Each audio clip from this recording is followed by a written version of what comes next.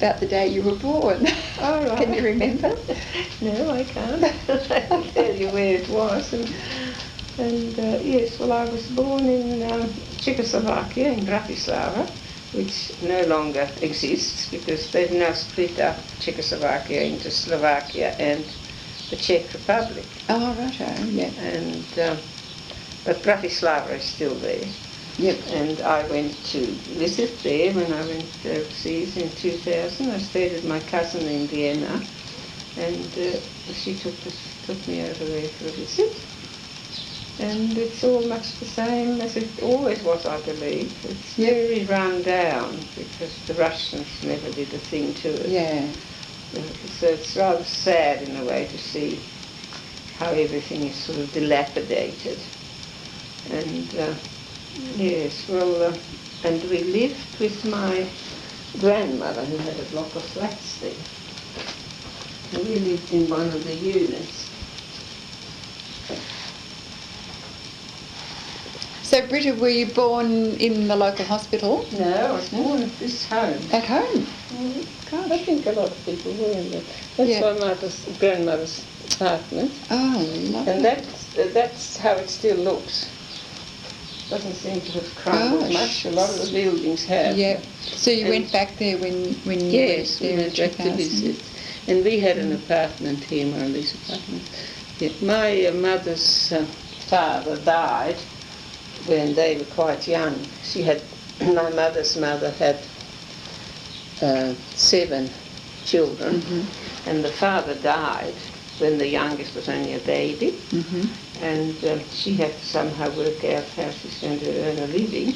Yeah. And she bought this block of flats. She must have had some money, and rented out apartments. So your grandmother bought the whole block of flats? The whole wow. Yeah. And rented out. That's how she made her living. Yeah. And so, sorry, that's your mum's mother who owned that. Takes me a while to absorb all this information. That's all right. And then when your mum was married, she lived in one of the flats, did she? Or? Yes, well, we lived. See, I already had an older sister, Eleanor. She's 3 years older than I. And we lived in one of grandmother's apartments here.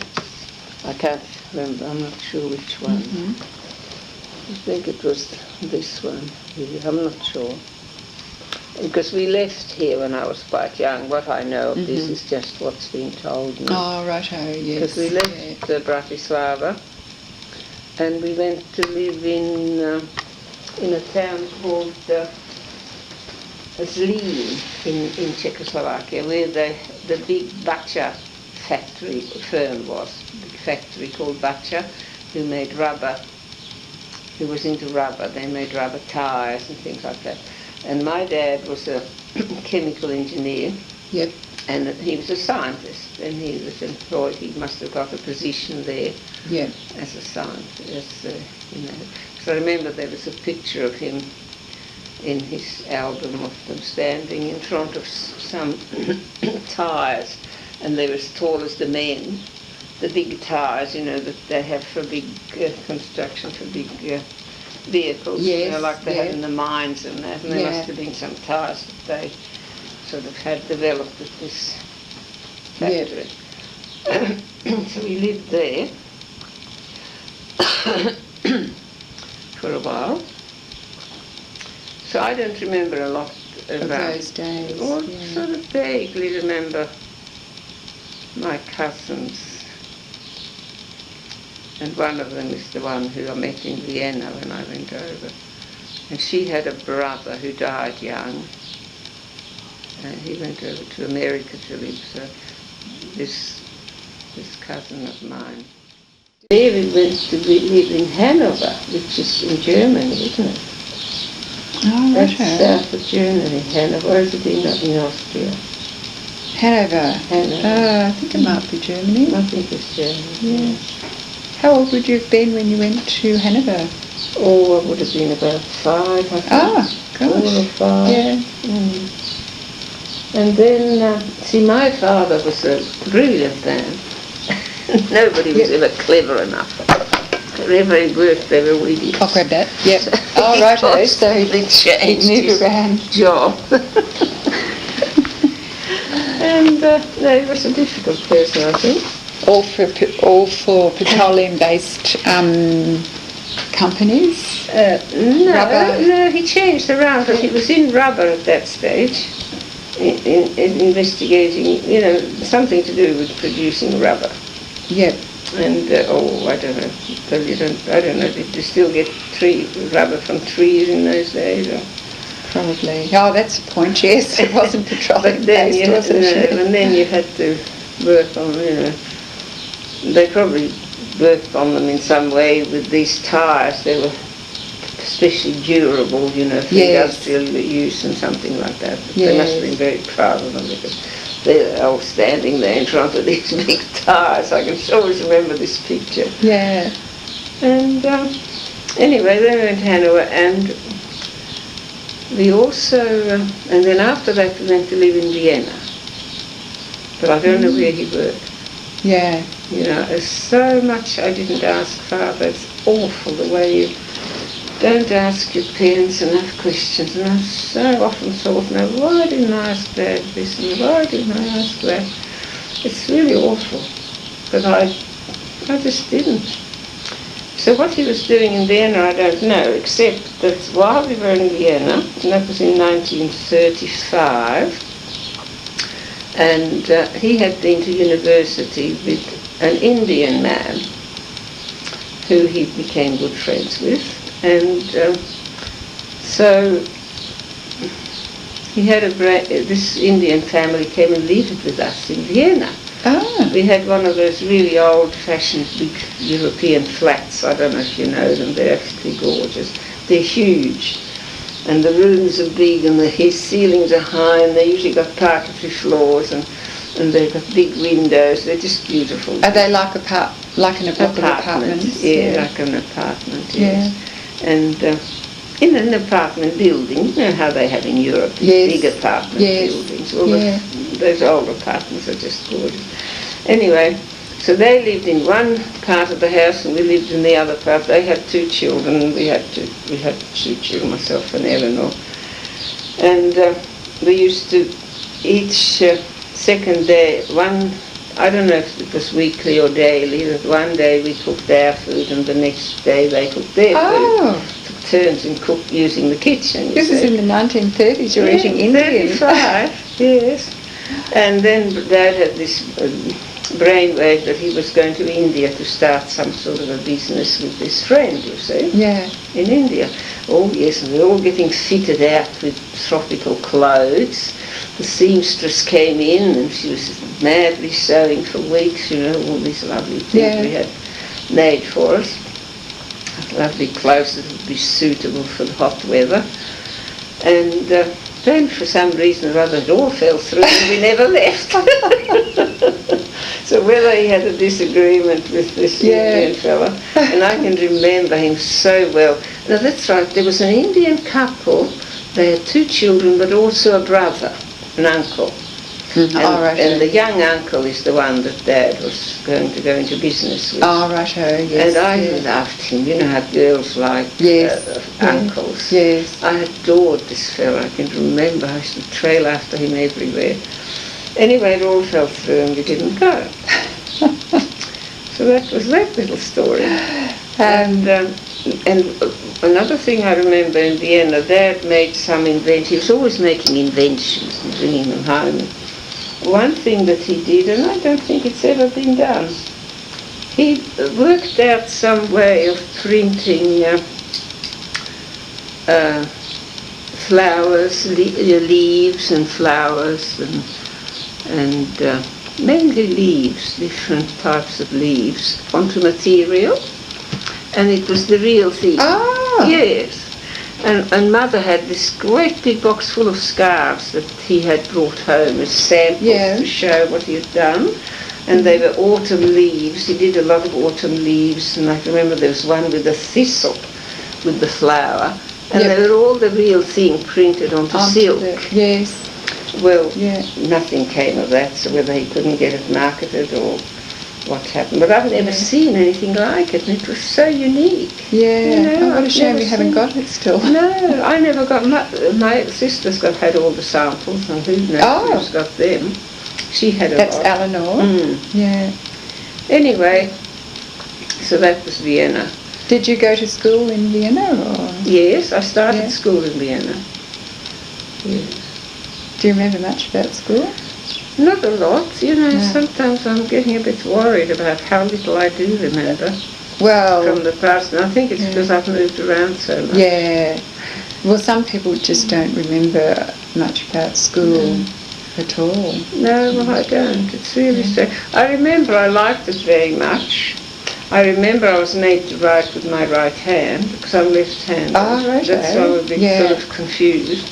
You know, I still can't tell left from right. Oh, right. But I've got a deformed thumb. And if I didn't have this thumb, I would have trouble with left and right. But because I've got this deformed thumb, I know that that's left. Oh, right. But you write with your right hand? Yeah, I was made. But you're actually naturally left-handed? Yes, and they say it's very bad these days for people to have made to do that. Yes. Do you naturally put your right hand out to grab something? Yes.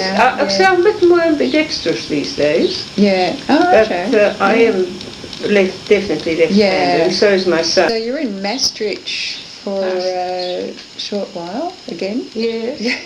So. And then mother and father decided to go to Finland.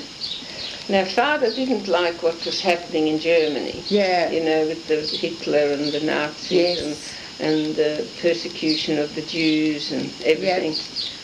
I don't think we're Jewish, but Lena says, there could be something Jewish. Maybe he was worried about that, but I don't know, it doesn't matter anyway. Yeah. She always used to say Eleanor looked a bit Jewish. Oh, right, Eleanor with the long plaits, yes. Anyway, he decided he'd leave Europe and went to live in Finland. So this was in 1937. In 1937 he went to Finland. And they didn't, it was quite a strange thing to go from there to a completely different milieu. Yes. So they left us in a convent. I don't know where that was. Must have been near Maastricht, perhaps. But they left us in a Catholic convent. Mother was a Catholic. Yes. And she was a religious person, but she wasn't sort of.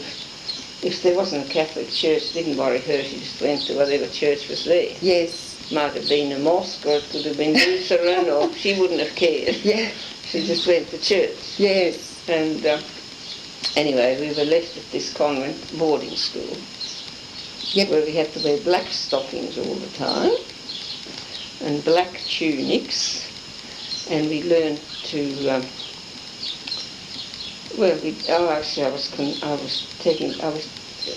took the communion there. When you were there? Yes, I got myself all dressed. I got a picture of myself in this long white dress with a rosary thing on my head, you know. Yes. And I learned to do embroidery, and I remember I learned darning. I loved darning. But in those days, if it wasn't right, they cut it out and we had to do it again. Yes. Sorry, Britta, I didn't ask you what year you were born. In 29. 29. Mm-hmm. So this is when you were about less than 10. You're only about 8. Oh, at the nunnery? At the convent. I think I would have been about 6, you know. So anyway, then you end up in Finland, and you're at school there. Yes, I would have been first or second grade, probably went to first grade, so I couldn't speak the language. Yes. But but that's where we started it all, that mother heard the name Britta in Finland. She'd never heard in America. America, yes. You know, we're in America, there's such a mixture of people. Yes, yes. And she'd never heard it before, and she thought that was so unusual. Anyway, when I got to Finland, there were 3 or 4 in my class. So I had to go home and tell Mum. And it's a very common name up there. Yes, and it all comes from Birgitta. Birgitta was a Swedish saint. Oh. Yes. Yes, and all these sort of variations from that name. Yes. Like Britta. There's another one, Britta with one T. Yes. Yes, my Brit. There is, they're all sorts. Yes. Brit comes all from Birgitta. Yeah. Oh, right, yeah. And did Barbara go to your school?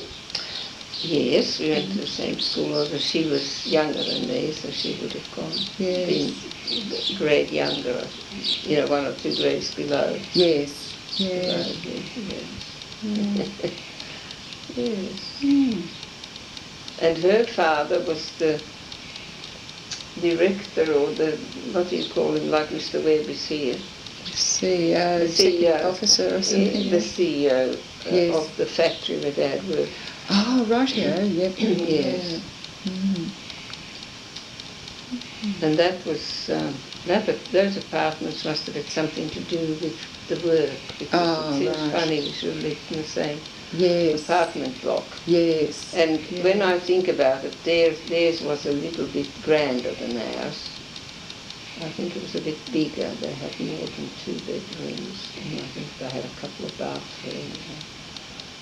And that was the director's flat, Yes. And Dad was just one of the workers there. Yes. Well, our flat was pretty nice too, but I think theirs was just a little bit... Yes. It was a bit bigger, I think. Yes. And did you walk to school from there? Or? Yes, we always walked to school. Yeah. We might have been riding our bikes when we got a bit older. Yeah.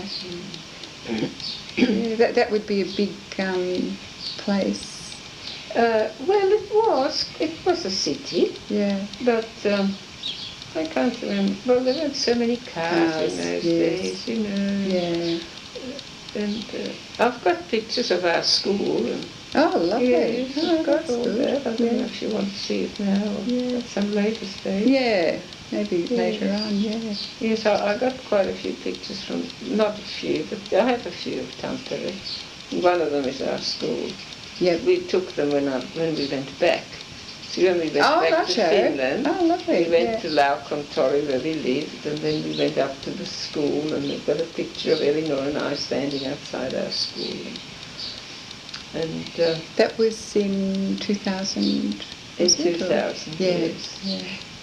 And we motored around Finland, and my 7 years. Oh, 7 years. That's why I think it's my country.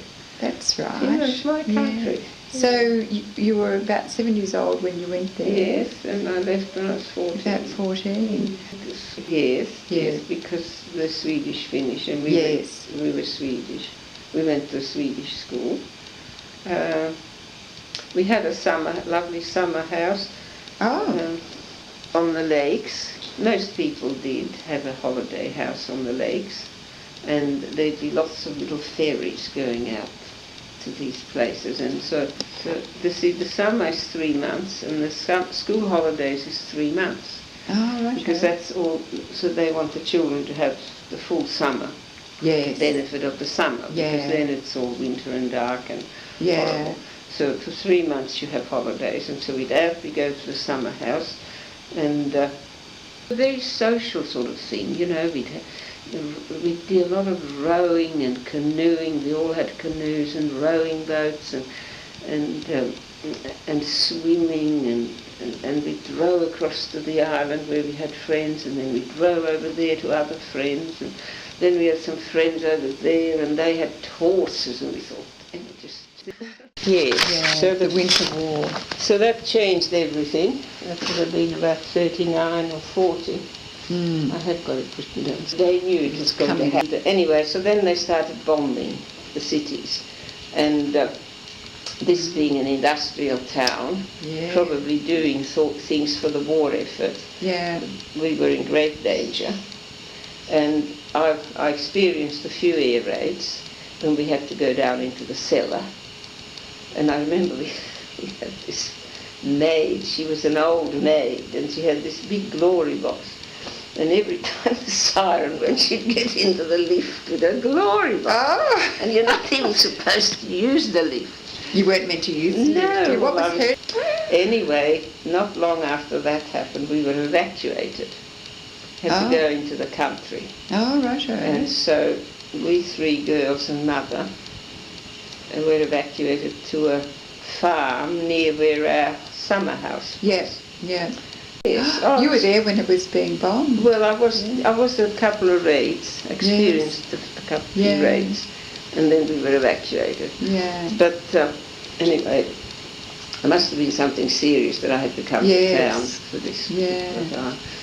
And we loved it on the farm. We had no school, and we used to ski all day, and we used to make ski jumps, and we had a lovely time. There were other kids there, you see. Yes. And then we'd be jumping around the hay barns, and we'd help on the farm with feeding the animals, and we used to watch the dog fights as they came in to bomb the cities.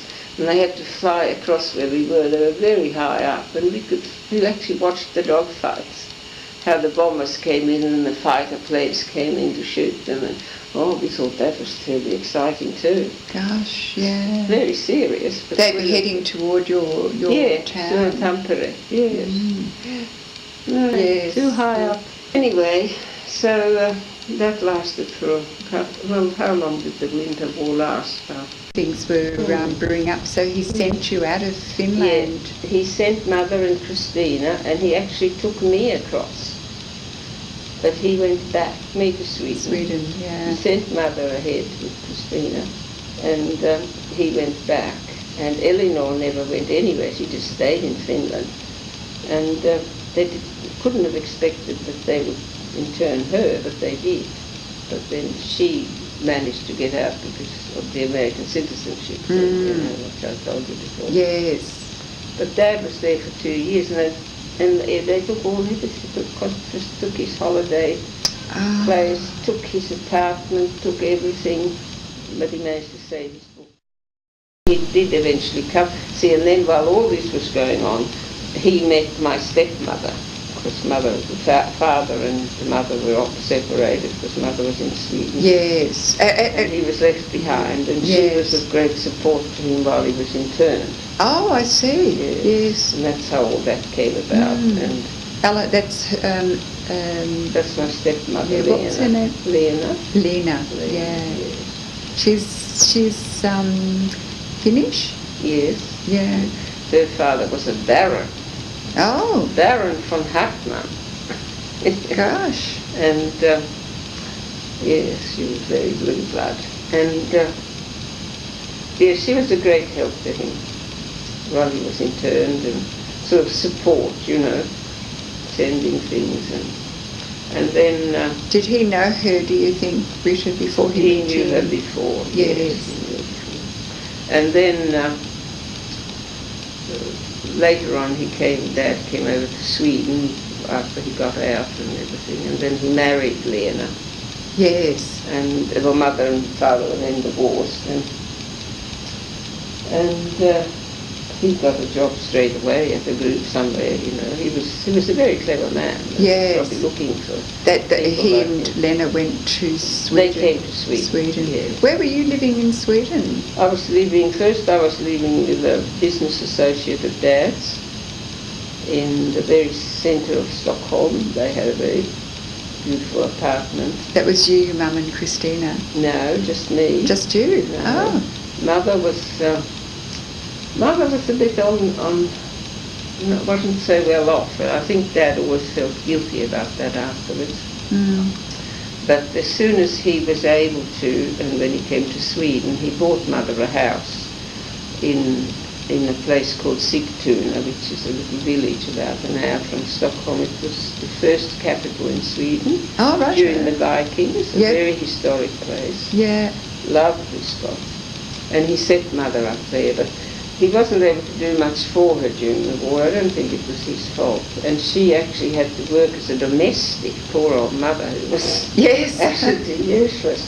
Had to do a job as a domestic, and she had Christina, who was 4 and was anyway, she just couldn't cope. And in the end, she had to put Christina in a convent. Mother was a Catholic. Yes. And she wasn't a fanatic Catholic, but she was a Catholic, and she must have had contact with the church. and she had to put Christina in a convent. She just couldn't cope. Because she's working as well. She was trying to work. Yes. As a domestic, as a house. House. And of course, Christina's never forgotten this. I mean, I don't know how some people will sort of relate back to that. So anyway, that was poor Mother. So then and I used to go and visit Mother at this. It wasn't far from where I was staying with these flash friends, you see. Because people got split up. Yes, they did. Because your mum didn't have a house of her own. No. And no money. Yeah. Yes. No money. And anyway, and I was living I was going to school, sort of a very posh school, and I was living in a very posh apartment with these business associates of Dad's. And I used to go and visit Mum where she was working as a maid, and I was absolutely terrified anyone might find out about my mother working as a maid. You know, isn't that awful? And your poor mum too, she thought it was incredibly beneath her if she had to chastise Eleanor for cleaning the windows. Yes, I know. Anyway, people change. Anyway, so she then managed to get away from there. She got herself, she must have answered an advertisement, and she still didn't speak Swedish very well, you know. But she must have had enough nous to find an advertisement, and it was for a housekeeper at an estate, quite a big castle in the country. And she thought, well, she'd be able to have Christina there with her, and it'll be a better life in the country. So she went to work for this, now what is a greve in English? A greve, I think it's a count. Oh, right, yeah. He was a count who lived in this fairly big castle on this big estate. And she was to be housekeeper there. Well, so that seemed to be all right. And I visited her there once, and we visited there when I went back to there. Christina took me there, where she'd brought in part of her life as a child. But Christina took you there. Yes, but and I've got pictures of all that. But unfortunately, this man never paid her. Oh. He never paid her. And what could she do? Mm-hmm. In the end, she decided she wanted to leave. She had to leave. Mm-hmm. She couldn't stay there, and I wouldn't be surprised if he wasn't making advances at her too. Yeah. She was a pretty attractive lady. Yeah, I've seen the photo. Yeah. Anyway, the staff on the estate took up a collection for her, so that she would have enough money to leave. Mm. And she still had this list of someone gave so much, someone else gave so much, all these workers on the estate. She kept that list? Yeah, gave a collection so that she could have a little some money to leave. Yeah, which she did. Yeah, she left. And I can't do... Now, what happened to her then? See, I can't even remember that. No, well, there were all these different stories happening because the families all split up. I can't remember where Mother went. At that point, your dad's still in internment. He must have been, or maybe he'd come out by then. I can't remember where Mother went after that. I was then with other friends again. Yes. I left these friends, this business associate in where I lived first, and I went to live with a very dear old friend of my stepmother's mother. Oh, rightio. Oh, rightio. So your dad's remarried at this point? Well, I'm not sure if he was married yet. But anyway, Lena's mother had been best friends with this lady who I went to live with. The second place I went to live with. And they were quite unusual because in those days girls didn't have a profession. These two girls went to an agricultural school and learned to be landscape artists. Oh, okay. My stepmother's mother had the most magnificent garden. She lived on an estate in Finland. and her garden was just out of this world. She was the most beautiful gardener. And this lady I went to live with, she'd gone through, done the same thing, and these two were great friends. Oh, I see. So the Count's wife had done... the Baron's... No, this was her second. Oh, right, second marriage. First husband was a real roue. He had girls in every port. Oh, right. And he was nearly deported from Sweden one day because he was shooting in the street or something. Oh, he was dreadful. But he was a baron. Yeah. But so Lena's mother. Lena's mother. Mother was a professional. But yes. Gardener. She was, yes. Yeah, landscape architect. Yes. Yeah. Anyway, I went to live with her friend, her best friend, who had a daughter called Ulla, who was 25, and I thought she was so old. I was thinking maybe you aspired to be like her. No, I thought she was so old. But, they only lived in a smallish apartment like everybody seems to do in Sweden. And they only had 2 bedrooms.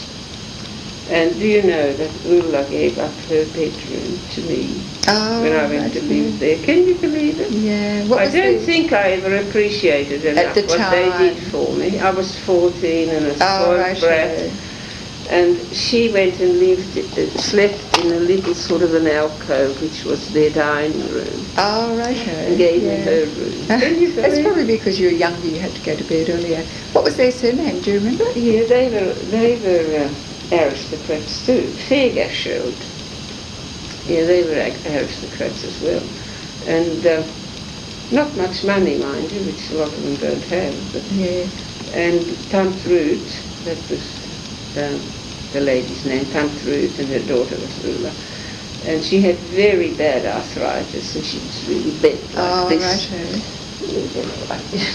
Yeah. And she used to joke and say, because Ulla used to borrow her shoes and things, and she used to say, well, at least Ulla can't borrow my dresses unless she turns them back to front. So she had a great sense of humour. She used to joke and say that we were all going to come to Australia. This is before I'd ever thought of coming here or anything. Because we thought that would be good for her arthritis. We had this idea that in the warmer climate you don't get arthritis. Yes. Little did we know. Did you stay with them for long? Yes, a little while. I went to another school where I met another really good friend who I still have contact with. What's her name? Ingrid. Yeah. What's her surname? Berryman. And yes. And then she married, and then her name was Rube. And she developed polio very bad. We were going to some youth camp, and in the last minute I wasn't able to go. And that was when there was these terrible polio outbreaks. Yes. And she got polio really badly. She was paralyzed right down one side. And I was so lucky to escape it, because I might have got it. Yes, from her, yeah. But she's so determined, this girl. She wouldn't let you help her with anything. She was determined to manage herself. And she sort of recovered fairly well. Yeah. But she's got trouble now.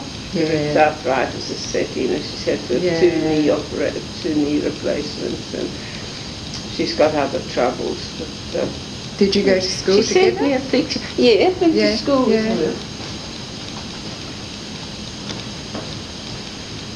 And my other good friend is Birgitta. Birgitta, yes. Oh, I knew a Birgitta. Yes, from Sweden. This is my friend Ingrid, with all her granddaughters. Oh, so how long do you think you might have stayed with them for, Britta? Oh, might have been a couple of years, or a year, I can't remember. It's terrible, isn't it? Well, no, you wouldn't at that age. Oh, so what happened then? Well, then Dad came to Sweden. Yep. And he wouldn't have had much, but luckily Lena's mother was very wealthy. Yes. And she bought that beautiful house for us. The one in the photograph? Yes. Oh, right. Yes.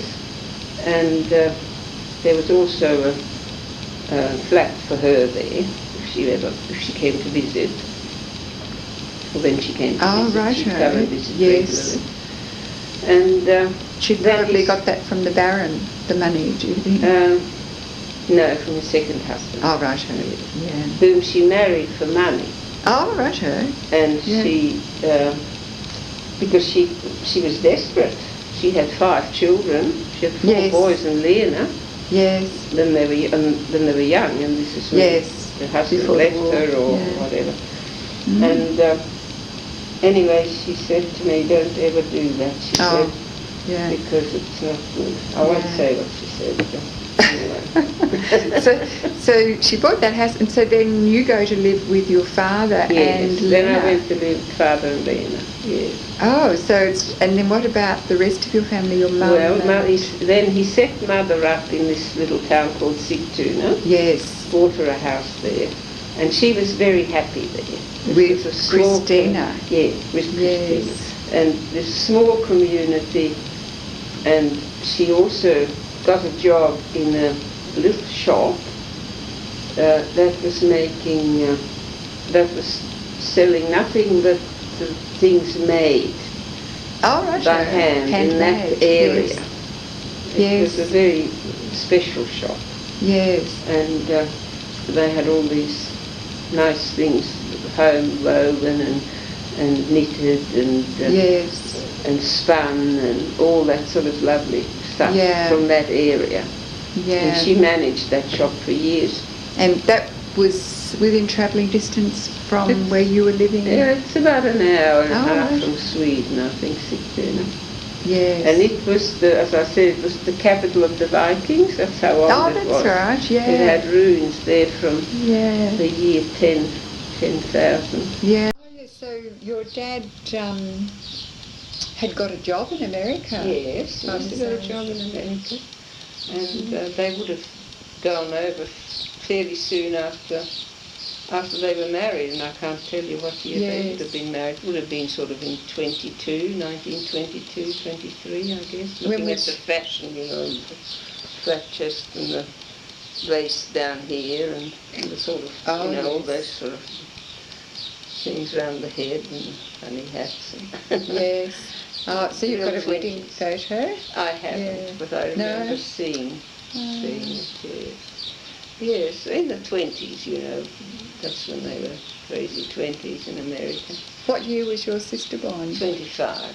She was 3 years. No, was it? No. She's 3 years older than me, so what's that? That's, I was 29, so that would 26. 26. 25. No, 25, I think 25, yeah. Oh, so she was born in America. Do you know whereabouts in America though? No. See, my sister would have known, but she's dead now. Yes. It's awful the way I never asked these questions. And Dad loved Canada. He spent a lot of time in Canada. He loved the mountains. Oh, loved the mountains. Yeah. And he would have stayed in America forever. He loved America, but he couldn't. He had to leave. You know, he probably couldn't get his visa extended or whatever. Yes. So he just had probably a short. I don't know what it was in those days. He would have probably been able to get a work visa for a certain time, and when that expired, he couldn't have been a scientist that they absolutely had to have in those days. Yeah. So he was in America, but they only visited Canada.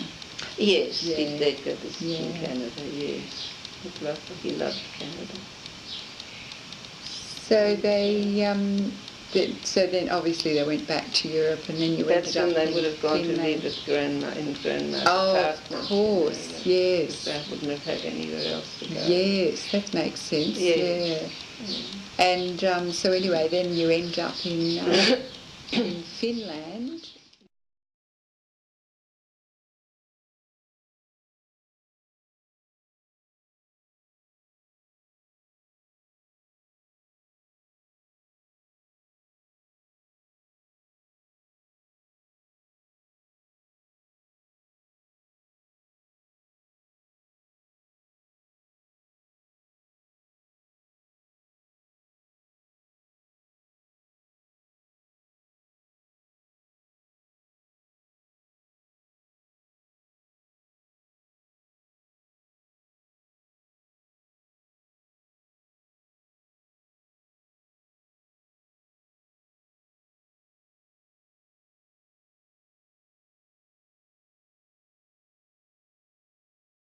And then at some point, your dad applied for a job at a university in America. That would have been in the 50s, I'd say. In the 50s. Because I was already...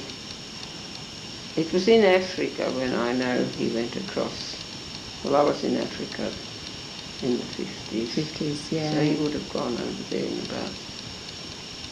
Yeah, it wouldn't have been that long after I left home that they left Saltsjöbaden and went to live in Stockholm, I suppose. No, it would have been fairly soon afterwards, I'd say. Yeah. So we could... So I've sort of got a potted history of your dad and Helena. They went to live in America. Then they went on to work for a couple of years in India. This would have been in the 60s for the United Nations. Yeah, I think so. And that was when Gabriel came out. Gabriel came and stayed with you down at Yarram. He was such a brat. And he was only 11 years old. 11 years old, and the kids were that excited. Yes, their half-brother was coming. Half-uncle. Yes. Yeah. And did I tell you about that? No. We went to meet him at the airport, and you can imagine how excited they were. And coming home in the car, they were sitting in the back, the three of them, and I could hear him say, "Scram!" He wouldn't have a thing to do with them. Yes, he was terrible. They were so disappointed. His American accent. Yes, scram. Anyway, that's all he could say to them, scram. Anyway, he sort of softened after a while, and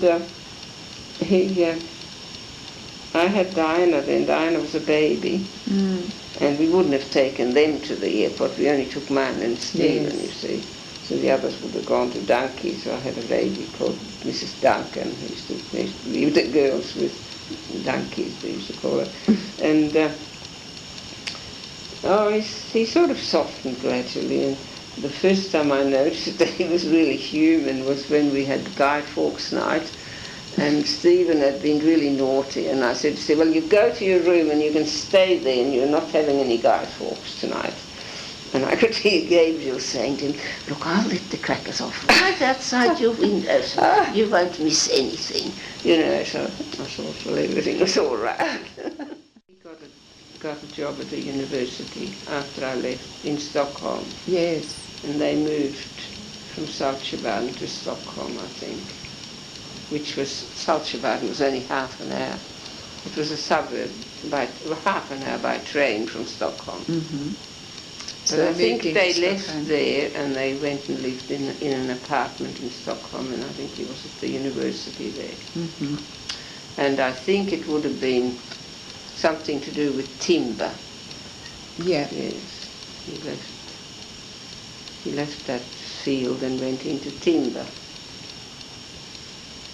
So, and then he, from there, got the job to America. He would have answered to advertisements. Yes, but in the meantime, they had two children. They had two children. Was that when Actually, Michael was already born in Finland.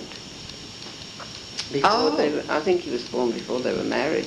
Oh, right. Or they might, I can't even remember when they were married. But it happened somehow after Mother had gone to Sweden and Dad stayed behind in Finland, and somehow in that time it must have happened. Yes. That they married, because I don't remember them getting married, so they must have been married when they left Finland. Oh, righto, yes.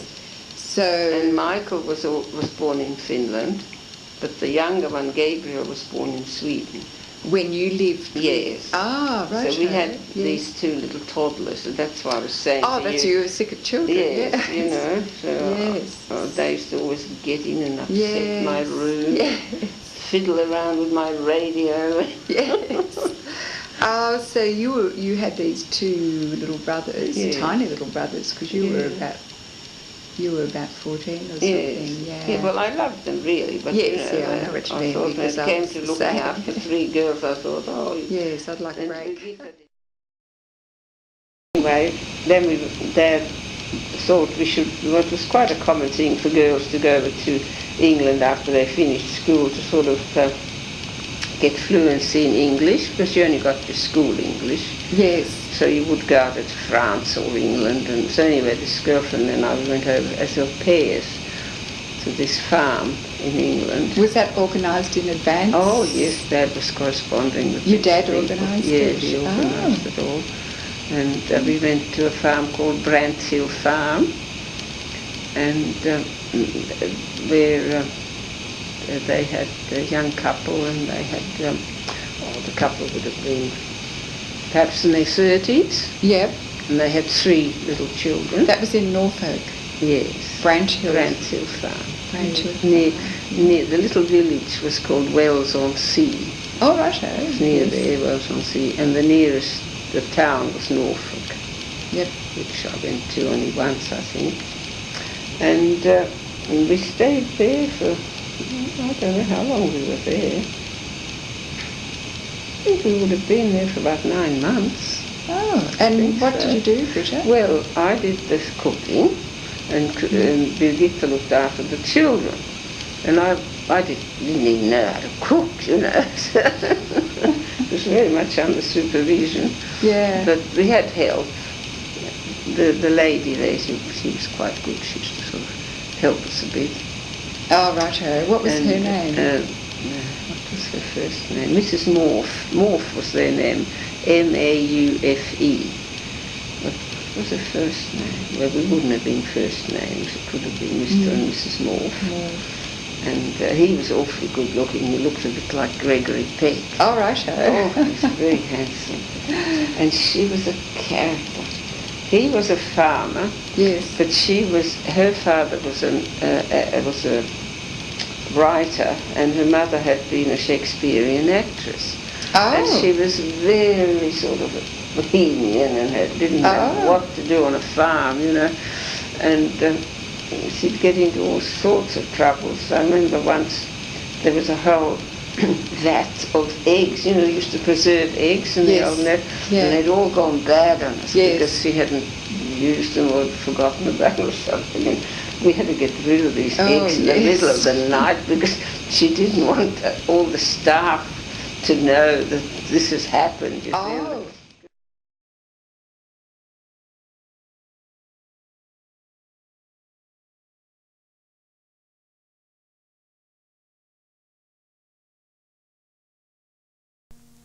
So Syd and you met on the ship. The ship was called Belostrov. Oh, right. It had a Russian name by now. The Russians took it over, and everyone said to me, they'll kidnap you. You won't be able to get to London because I still had an alien passport. Yes. See, after. I don't know why. Well, I had an alien passport. I was nobody at that stage because they took it. Well, I don't know how that all worked, but I know Dad's Finnish nationality was not acknowledged by the Russians. That's why he was put in a camp. And you were born in Czechoslovakia, and yet your parents were... well, Dad would have been Austrian. And your mum was Hungarian. Yes. So you didn't have a particular nationality? No. Yeah. And anyway, I had an alien passport at that stage, which means I didn't belong anywhere. Yep. And everyone sort of said to me, you're going to be kidnapped or something, but Dad must have known there was no danger. Yes. And I think there was a bit of sort of delay when they were checking passports and things. So their sort of mind was checked a bit more, you know, in London. Carefully, than the others. But everything was all right. Anyway, this ship, the Belostrov, and it was manned by Russians, and they're very musical, you know. Yes. And they used to get to the front of the ship and they used to play music every night. It was just lovely. All the crew, the ones that weren't doing some particular job, and they play their balalaikas and sing, and it was just lovely. Very romantic. Yes, it was.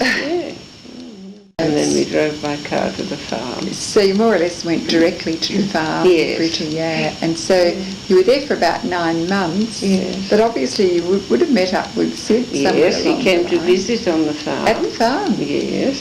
came to visit, and I went to London and met him a couple of times, and that was nice. We did all sorts of shows. I saw some very popular shows at the time. I think there was Oklahoma and Annie Get Your Gun. There were musicals. And we went to the ballet, and I saw Moira Shearer. She was a great ballerina in those days. And, did a lot of exciting things like that. Yeah. And just went sightseeing and, all the lovely places in London, the galleries and with Syd? Yeah. Yeah. Yeah, it was good. And was he working in London? Yeah, he was on that real rag, what was it called? A real tabloid. The Mirror. Yeah, something like that. I think it's still there, isn't it? The Mirror. Daily Mirror it was, yeah. It was the Daily Mirror. And that's a funny story too. He was flatting with a fella, a British fella, who was, upper class and had gone to private school and everything. And he was what they called a picture snatcher. Now, papers were terrible then and they're worse today. With the things they do to get a story. His job was to get a picture.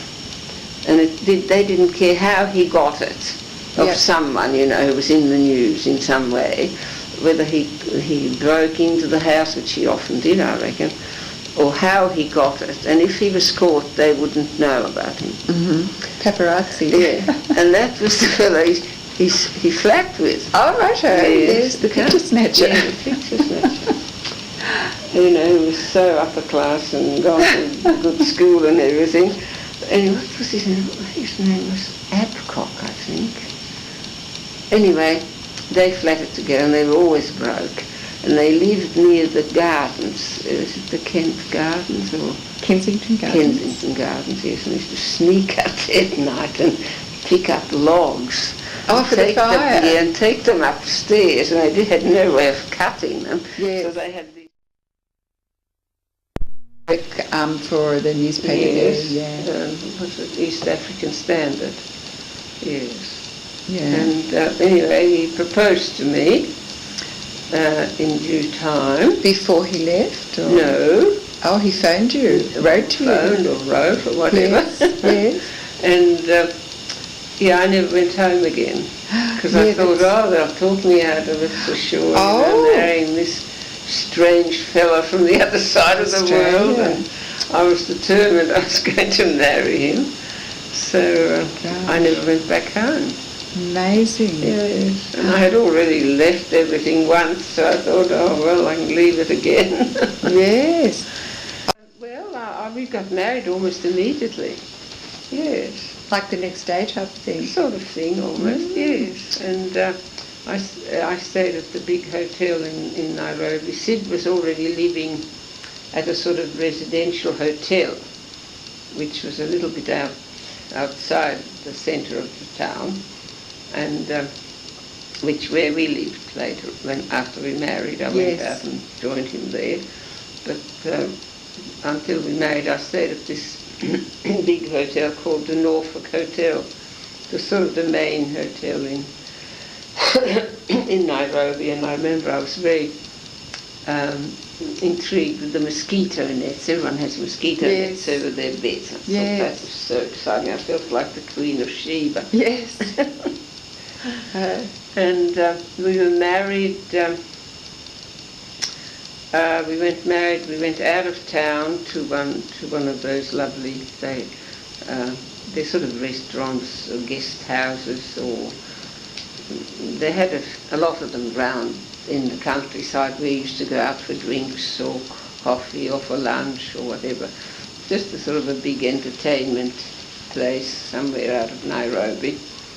And first of all we were married at it was just at the registry office in the city. Yes. Syd was always telling people we got married in amongst people getting licenses to shoot elephants and right.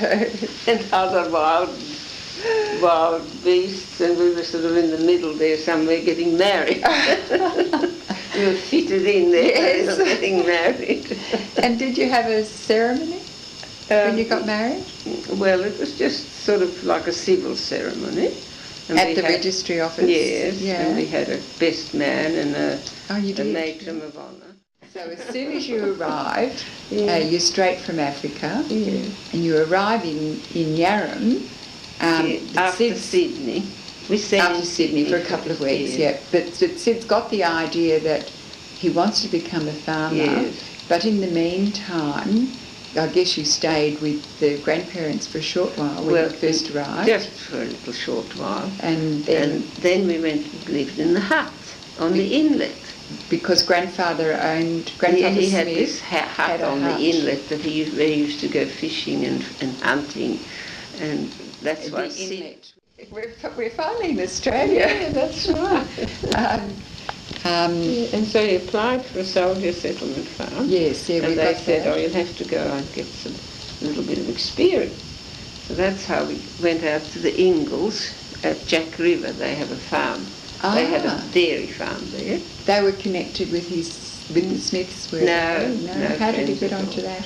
Well, it was advertised for a job. Oh, right. Yes. Or maybe just talked around to people, how you do in the country. Yes, yeah. Someone would say, oh, well, Ted Eagle's looking for someone, Eagles. Ingle.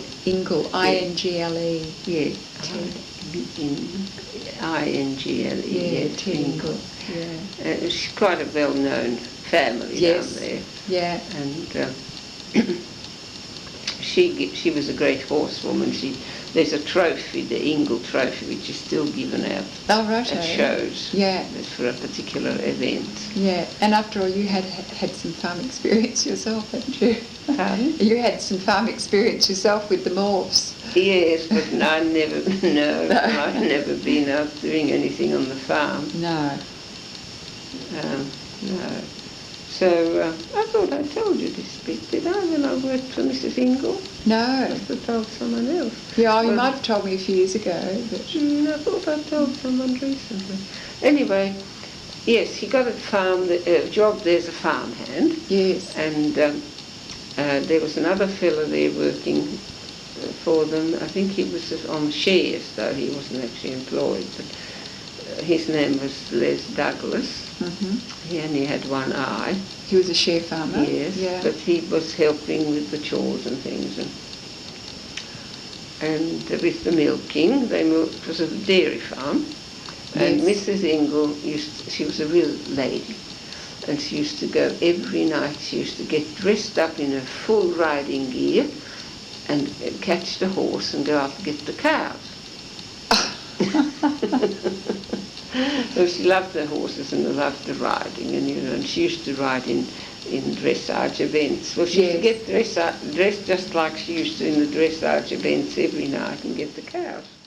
Elmo's, it was called. Elmo, A-L-M-O. Yes, Elmo's. St. Elmo's it was called. Mm. Oh, it was a lovely place, and the food was terrific. And, it was great. Yeah, the best place to have a baby. And it wasn't super modern at all, but it was very nice. Yeah, it wasn't super clinical like that. No. And yes, I must tell you about when Marian was born too. And I was very quick with my babies, and she had quite a bad hernia when she was born. Oh. But, it wasn't bad enough. We didn't have to do anything about it straight away, but later on she had to have an operation. Mm-hmm. For it. Oh, and I was, of course, terribly worried about that with my first baby, and there was something wrong. But it wasn't serious. But Marian's got a big scar here because now they do beautiful operations. You can't even see the scar, but she's got a real nasty scar. Was that done after you left the hospital? Well, it wasn't done till she was quite a bit older. I think she must have been about 3 or 4 when they did it. Right. Yeah. So I wonder, in those days you were confined in hospital longer than these days. Yeah, for 2 weeks, I think. So you get to have a rest. Oh, exactly. It was lovely. And we didn't have to look after the babies while we were in hospital. They were just brought in for us to feed, and then they took them down again. That was lovely as far as I'm concerned. I didn't want my baby next to me in the cot crying at night. They can have it. Yeah. No, that wasn't my idea at all. No, that was terrific. It really was. I can't believe they send them home sort of next day now. It's really terrible, isn't it? Yes. Oh, yes, especially since they don't have the supports these days like people used to have. I mean, often they have mother coming round to help them. But a lot of people don't. No. And I mean, how do they, you're so nervous with your first baby, and then with all the other things you have to do at home. Oh, it wouldn't have been very successful, that venture. So, well, Syd got a job then at the butter factory making boxes. You know, the boxes, the cardboard boxes they must have been using for putting the butter in or something, and they have to be made. Oh. They had to be they had the cardboard there and then they had to be stapled together or... Yes. Can't remember what he did, but he was making boxes anyway. Yeah. So that must have given us enough money then to live on for a bit longer. And then it was during the time when there was a great shortage of teachers. And they found out that he was a journalist, so naturally he would be pretty good at English. And they talked him into going up teaching at the high school. And the idea was that he was to teach English, but he also had to teach science. Oh. So he had to read up the science at night before he went to school, so he knew what he was telling the kids. And he was there for a few years teaching, because in those days you didn't have a diploma, you didn't have to have a diploma of education or anything. So he finished at the factory? No, he was still doing that. That was sort of a nighttime job, a job he did after school or something. At the factory? Yes. But he was going to school every day? Yes, he was teaching every day and then doing these boxes after work or at night, I can't remember which, to sort of keep going. Yes. And yes, I think he was quite popular with the kids actually. He was, anyway, he quite enjoyed that, teaching. And then we saw this place, we came across this place at Port Albert. There was a fellow down there who actually had a chicken farm, and he had 4 sheds at the back of a house that was there, that were sort of... they were quite big. They would have been about as long as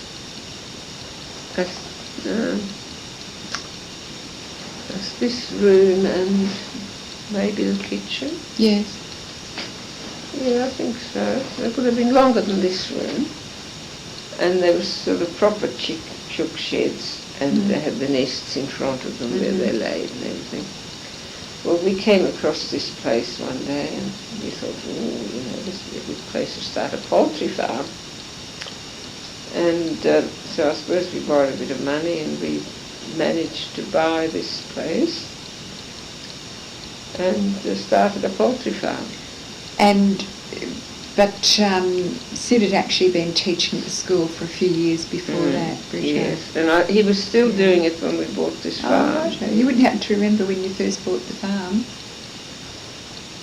It would have been in the late 50s, I think. 50s. So you had a couple more children then? Oh, yes. Well, I think Linda was born in 59. And Diana was born in 61. So that was before you bought the chook farm? No, I was pregnant with Linda when we bought the chook farm. Yeah. So I remember feeling very ill and I painted out all the house.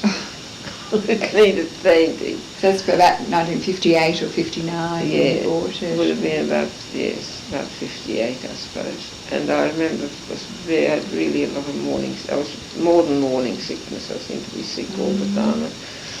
and I was painting this house, and I came across the roller. Have you ever painted? Yes. You can either paint with a brush or you can get a roller. Yeah. And it's twice as fast, and I can't. Oh, that was wonderful. And you're doing that with this roller. With a couple of little kids. Well, there was mine and Stephen, and then I was expecting Linda. Yeah. And so there you are with two little toddlers that you're looking after in the morning. Painting the house. And it was a nice little, solid little house, but it needed painting, and it had a kitchen and a bedroom and a small bathroom and laundry and two other rooms. One we used as a lounge room and the other one was our bedroom. And it was quite a solid little weatherboard house, and it just needed painting. Just one bedroom, did you say, Britta? Two bedrooms. Two bedrooms. There was one little bedroom off the kitchen, and then there was a bigger bedroom. Oh, right. On the other side. Yeah. There were two rooms off on the other side. One was a lounge room, and the back one was our bedroom. Yeah. And yes, and laundry was sort of part of the bathroom. So why did you sell it, Britta? Oh, the kids had gone. Well, yeah, kids had gone, and they didn't seem to take that much interest in it. It was a lot of work. You're still running the farm. Yeah, we're still running the stuff. I was sick of working. Yes. I really was. And just wanted something different. Which was to go to Melbourne? Yes. So you sold the farm and bought a place in Melbourne? Yes, I did. Yes, I bought a place in Melbourne. I'm sure it was in East St Kilda. It'd be worth a few million if I had it now. Brita's not getting close to your TV No, I've got nothing tonight. I was watching Doc Martin last night. Oh, that's right, it's Sunday, yeah. It's right. 5:45, yes, we'll have to finish, You'll want to go. But I did see that, excuse me, I saw the picture here of the house. So it's in East St Kilda, Britta? Yes. Gosh. That would be worth a bit now. Yeah, and did you get a job in Melbourne? Yeah, I worked at the yoga centre. Oh, you went back to the yoga centre? Yes, well, I had a job there as a receptionist during the day, and then I taught yoga at night, and then when they moved to Mount Eliza, I used to travel down there every day with a friend. Oh, you were doing that when you were living at Roberta's house? You came back to Port Albert for a couple of years and went back? Yes. Oh, wow. Oh, I didn't come back for a couple of years, not so long. No. Just while I organised it all to sell it. And yes, and then the other receptionist and I, we used to go down to Mount Eliza every day. And that was fun too. We used to have a lot of fun, and we used to go to the beach, and we'd stop on the way and do things. And, that was quite fun too.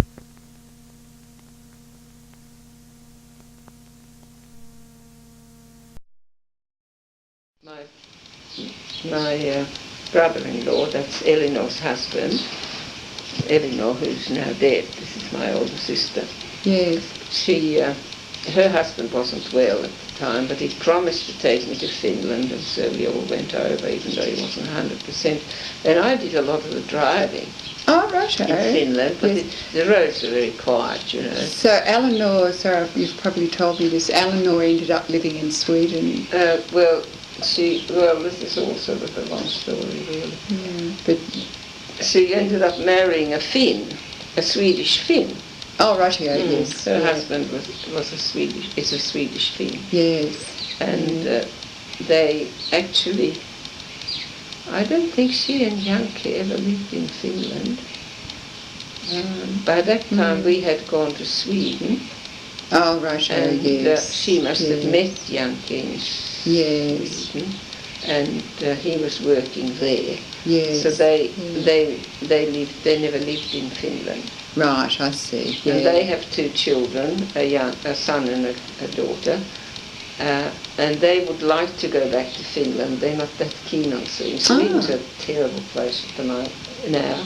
Yeah. I hated Sweden. I think I remember you saying that. I hated Sweden. Anyway, they would like to go back to Finland, but they don't want to go because they've got their children in Sweden. Yes. And they're really Swedish. I mean, they were born in Sweden and they're just Swedes, so to them Sweden's all right. Yes. Yeah. But Elinor and Jan don't like it. Eleanor passed away. Yes, she died after.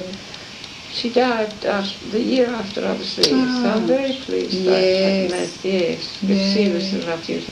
Oh, you've got other sisters? Oh, well, I've got a younger sister. Oh. Sister younger. She was born in Finland.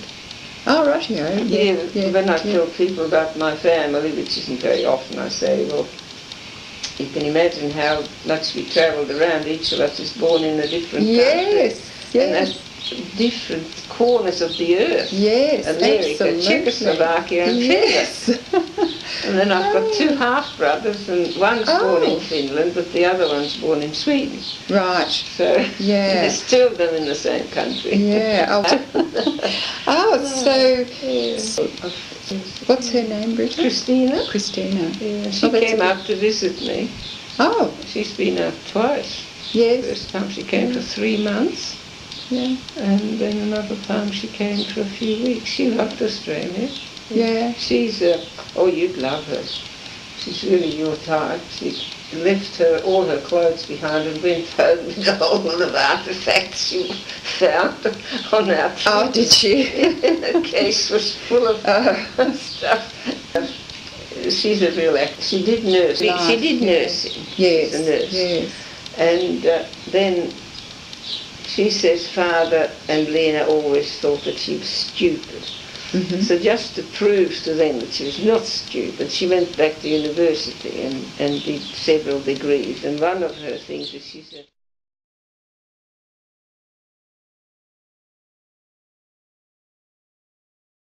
we were married on the 7th of June 1990. Oh, rightio. And it's on my number plate. Oh! Yeah, we put it on our number plate. That's a nice thing to do. Yeah. And you were telling me about so it sounds to me like you moved back to Sale. Yeah. And Reg, thought, I can't let Britta get away. Yeah, I suppose so. So you decided to get married, but you didn't want a wedding. No, I didn't. No, because I would have been too stressed. Yes. The two families didn't know each other very well. Yes. I did show you the pictures, didn't I, of the wedding? I've got them here. Yes, yes. Up at over. Yeah, I'm pretty sure I saw the ones around there. And we just went up of course we had to arrange to get the license and everything beforehand. And then we just went up to two of us. And there were court, doesn't matter anyway. It's when the court was sitting, you see. They only sit once every 3 weeks or something. Yes. And there are other cases. Yes, and we had no witnesses, and we just grabbed a couple of people who were there to give a witness in a court case or something. Yes. Whether I was still at Elgin Street or whether we had already bought the house in Dalkeith Street, or whether we stayed in Elgin Street for a little while.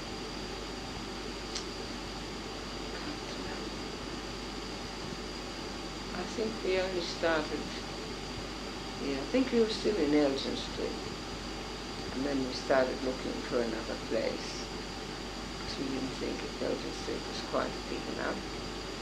And we had trouble finding a place. We would have liked to live in Mafra, but we didn't find anything in that. Oh, right, yes. And Reg was getting very sort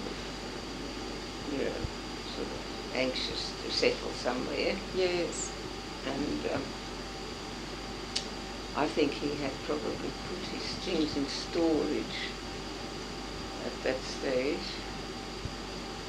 He would have sold his place before he was married, and his things would have been in storage, and he was anxious to, get that all fixed up, get out of storage and have somewhere to put his things.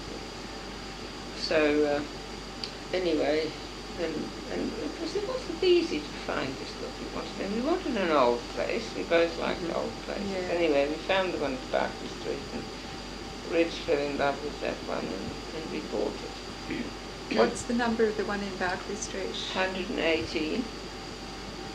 Yes. Gosh, you've got a good memory.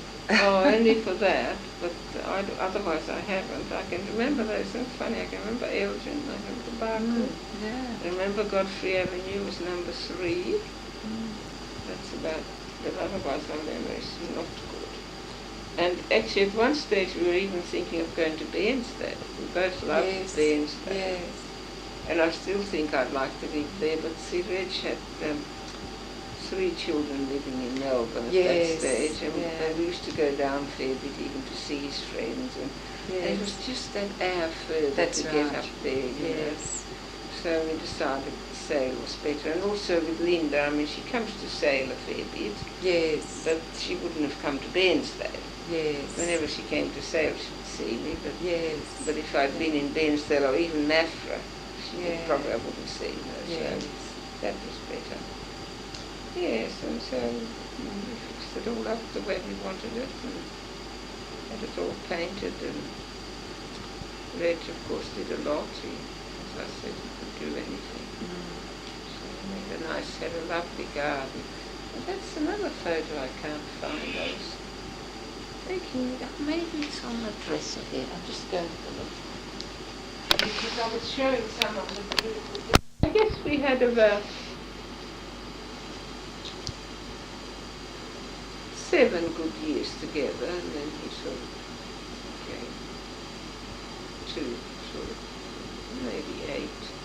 The last couple of years he couldn't really enjoy things. So,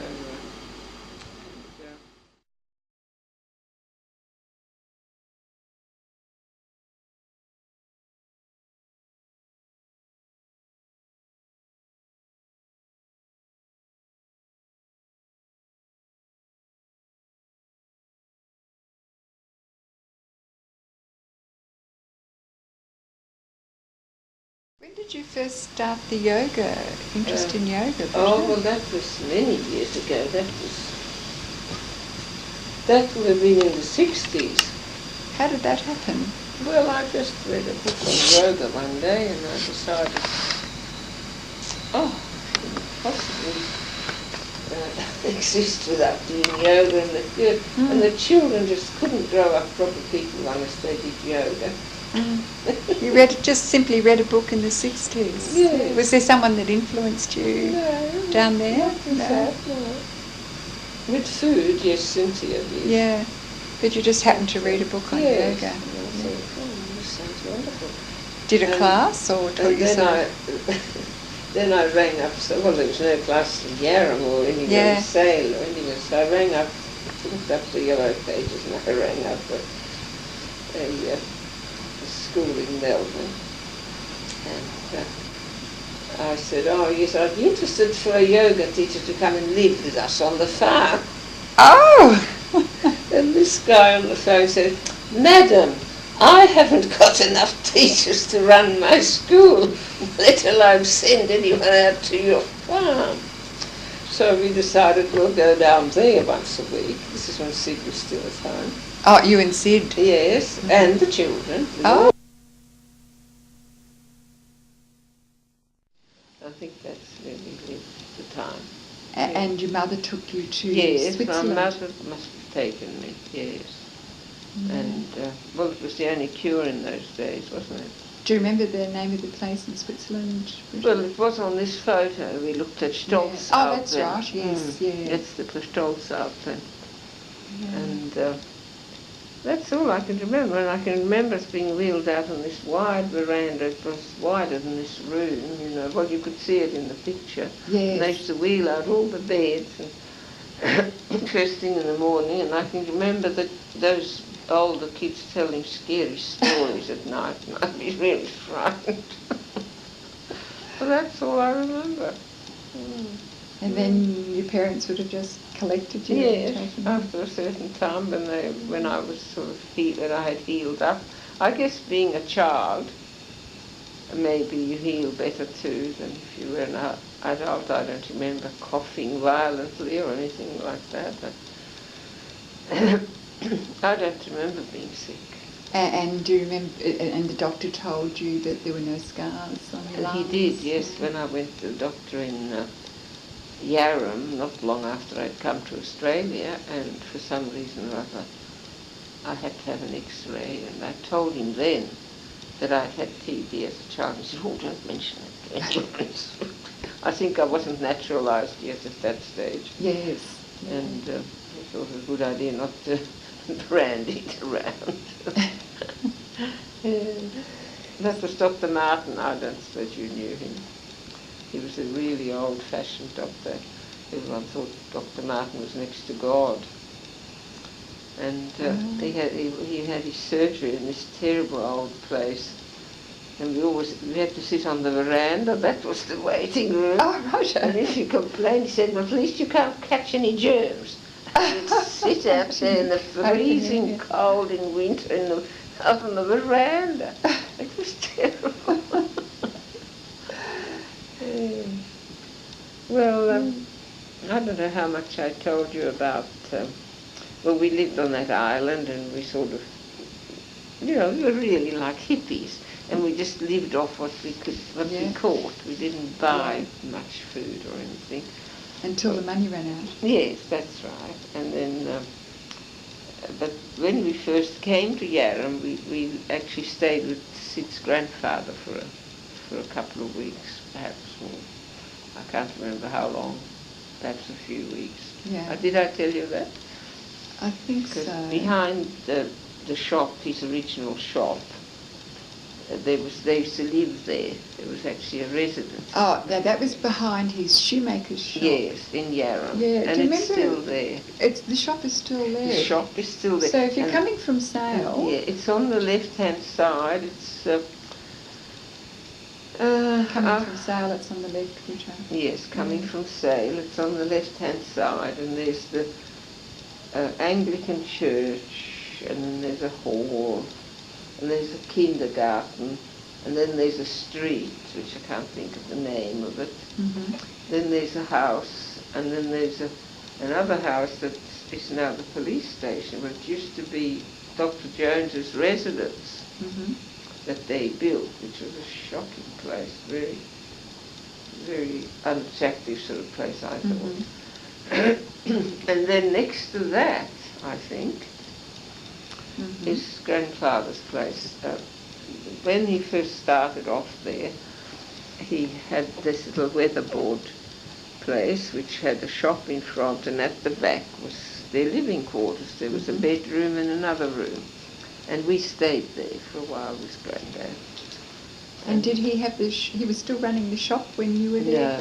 No, he was retired. He was quite elderly, yes. Yeah. He was only a few months off 100 when he died. Gosh. They both lived very long. They both nearly lived to 100, both Syd's grandparents. But he would have been running the shop when Syd was a child. Yes, he would have. And later on, when he got on, he built the brick house, which is next to it. Oh. That's where they lived, and that's where he lived when I knew him. Yes. And this shop was just empty, and no one was living in the back. We sort of fixed it up for ourselves. There was a nice old double bed iron, one of those lovely iron things. But in those days, people they were throwing everything out that wasn't nice, and it was just stored there.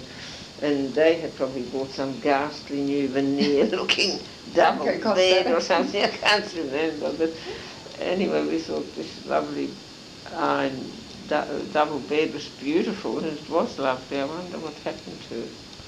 And you only stayed there a couple of weeks? Or maybe a few weeks. I can't remember. Maybe 2 or 3, or maybe a month. Yeah. Yeah. And his name was Charlie. Charlie Smith. And then there were deer there on that, at McLaughlin we used to have we went shooting deer. Yes. Oh, and you'd have venison. We'd bring everything home and we'd cook it in the camp oven. We'd put the camp oven on before we left, and we put food in it, whatever we were cooking. Yeah. And when we came back at night, we had our dinner cooked. Oh, it was lovely. And it would be beautiful. It was absolutely gorgeous. And you don't have candles or something? Or yeah, we would have had candles. Maybe we had a kerosene lamp too. And then we had a bush shower. Hanging up under a tree. Yes. And it was a galvanised iron effect, so a bucket about that wide with holes in the bottom. You had to fill up with water, and then you just pulled this lever and out came some water. Yes. Yeah, it was good fun.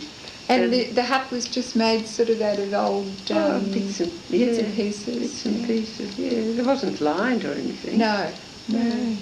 And, do you think Charlie made the hut? Probably, yeah. And we shot everything. We shot swan, and we had swan breast, which was delicious. We ate everything we shot, which was all right. And I made a pillow out of swan down, which I still have. Oh, you've still got it? Still have it, yes. And one year I actually skinned the swan and left the down. We took the feathers off, and the down was still on it. Beautiful white down underneath. Yes. And I skinned it, and I made powder puffs for friends and relatives out of the skin. Oh, righto. Yes. Because that's what powder puffs used to be made of. Oh, right. You know, yes. Make little powder puffs. And what about vegetables? Oh, well, we couldn't have had we probably Syd probably made a garden. Wherever he goes, he makes a garden. Oh, does he? Yes, so there would have been a garden maybe, something like silver beet or something growing in it. Oh, it wasn't just like you went for a couple of days? No, we stayed there for 9 months. For 9 months you were there? Yeah, until we ran out of money. Gosh. And I think it was 9 months. It was quite a few months anyway. Yes. And we had £50, I think. That was over the summer, maybe. Yes, maybe, yes. And when that ran out, we had to get a job. What did you do for a fire? Oh, we had wood. Yeah, we went and collected wood. Did the hut have a fireplace? Well, it had a stove. Oh, inside had a stove. Yeah, and we used to smoke eel in the chimney. Yes.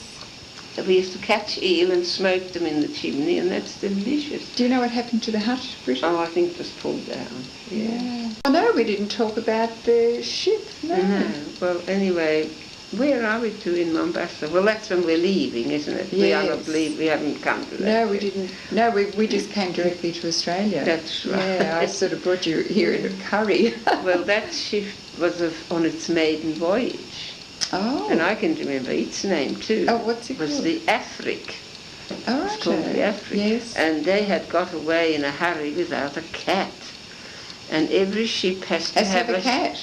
Oh, yes. It's bad luck not to have a ship's cat. Yes. So somehow or other we bribed the authorities in Mombasa and got the cat on board. Your cat? Yes. Oh, the boat had come from somewhere else. Yes, and they didn't have a cat. Came from London, I think. So they were quite happy about taking your cat. Yeah, they were very happy to have our cat. And we just had to bribe the people at Mombasa, which isn't hard. Yes. So we had a cat. Because you'd become attached to your cat. Oh, Ginger. Yes. Ginger Pussy it was. Can't remember what its name was either. Terrible memory. Anyway, we got this cat on board, and the crew loved it. Yes. And it used to come up from the machine room, all covered in grease, and I used to have to bath it all the time because they were fondling it, patting it. Yes. And only a few days out of where were we coming in? We were coming into Fremantle. It disappeared. Oh, when you were coming into Fremantle? Or was it before we came into Melbourne? Before the ship docked, I think it might have been Melbourne, or was it? Yeah, I can't remember which port it was. Sounds like the crew disappeared. Yes, the crew wouldn't let it go. And we knew that. Yes. But we didn't sort of make a fuss because we couldn't have bribed the Australian authorities to let it in. Oh, right, yes. We knew that. Yes. So we left it. But when we went to the hut, we must have somehow collected another cat. Yes. And one night we'd been out, one day we had gone to St. Margaret's Island to do some hunting and whatever, or we used to just sort of go around exploring things. Yeah. And we knew there was oil here, because Yes. the puddles used to have a sort of an oil skim over it. Yes. And Syd wrote away to the authorities and said, oh, there's oil down there, but they knew it, they probably already knew it. Yeah. Anyway, we came back in the dark, and all of a sudden we could hear this little sort of like that in the dark. Yeah. And Syd shone the torch, this little cat swimming out to meet us. Really? Yes, it must have got worried. Isn't that extraordinary?